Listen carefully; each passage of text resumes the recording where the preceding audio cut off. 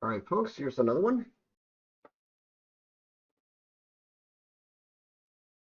All right, folks, here's number 37. All right, so we're going to solve this. Your 38 kilogram book. I'm not going to even draw this. I'm just going to visualize this. A book that is 3.8 kilograms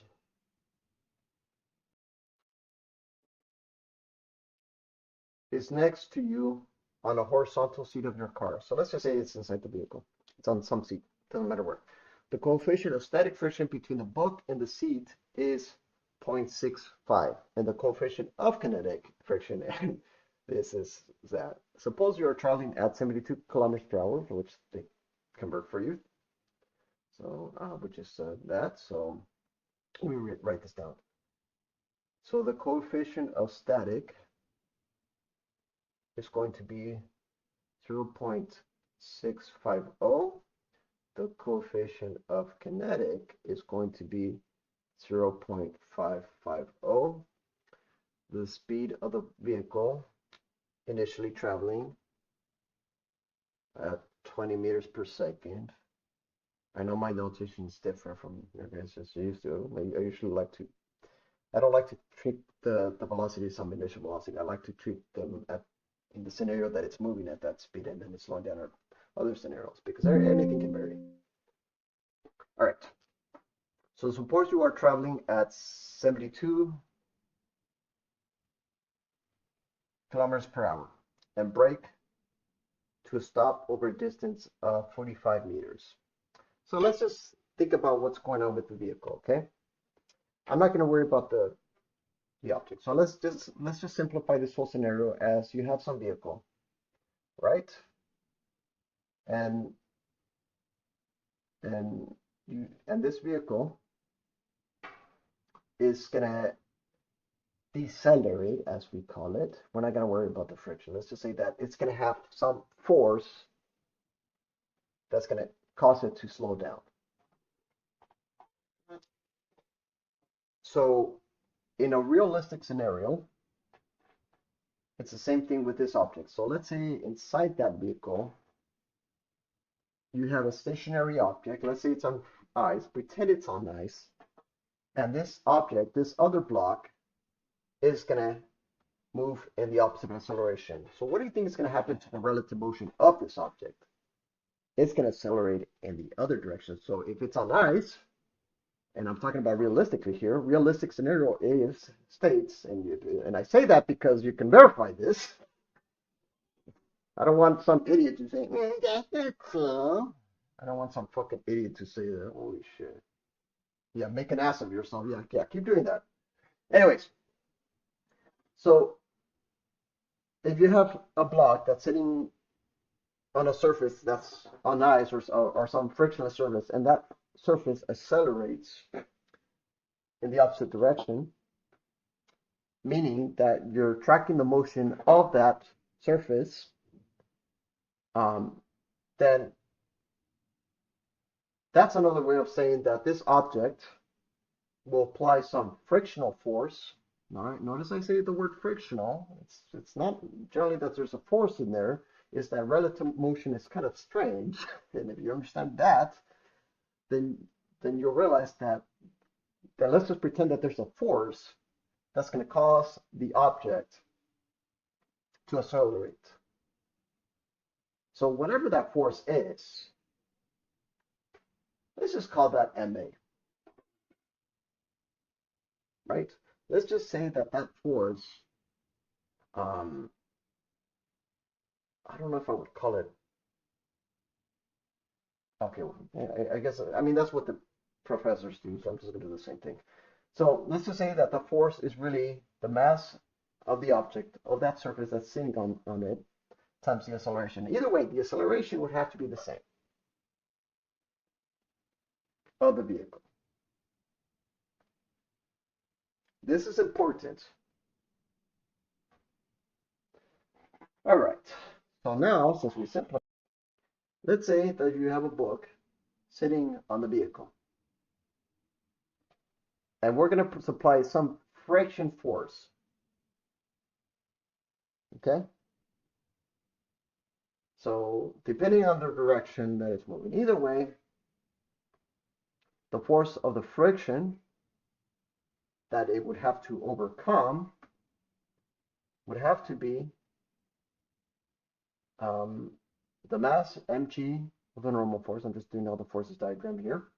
And this is kinetic. So the friction that it would have to be greater than, whatever that force is, it would have to be much greater. You know what? I'm not going to even notate it. And I'm going to have to rewrite the words and just to be specific. I'm just going to say this in terms of my English language.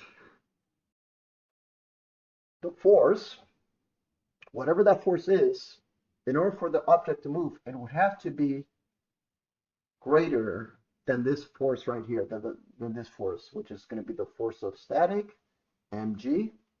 So the force of the static friction, so I'm going to call this static. And that static friction force is going to be the coefficient of static, which is this, times mg. So that's fine with. All right, so I'm just going to write the values down because you guys want to cheat. So whatever the, so this would be 3 point, so the mass of the object times gravity, 9.8 meters per second square, times the coefficient, which is 0.65, 0.650. So multiply all that together, 3.80 times 9.8.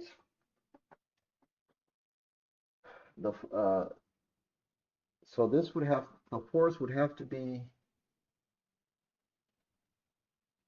greater than 24.206 newtons in order for the object to move. Now, relative motion states, and it actually makes more sense that they have it this way, the more I think about it, that if the object is accelerating, whatever that frictional force is, and I don't know if they call it frictional, I'm just going to call it whatever it is. I haven't really read the book, so I don't really care. But I believe this is the way they solve it. I mean, I don't see any other method of solving this other than this. So whatever that frictional force is, that frictional force would be the mass of the object, which is 3.80 kilograms, times the acceleration of the object. The acceleration is what is basically the values that they give you. So what is that, over the course of 45 meters? So I'm just going to put x equals 45 meters. So x equals 45 meters. So this would be, what is the formula? V squared over 2a or something like that. A equals v squared over 2x. So just write that down. So that's going to be the value of the acceleration. So I'm just going to put, you know what, screw this. I'm just going to put it in there. I don't care anymore. So 20 squared divided by 2 times 45. Okay, 2 times. So this would be 4.44 meters per second square. You multiply it by 9.8, and hence you get a value, a newtons of 43.56 newtons. So notice that that amount of force that we're going to pretend it's there, because it's going to have to be there. If the object is accelerating, it would have to be that amount of force in order for it to overcome the friction. But because the friction is much, what the heck did I put? Oh my God.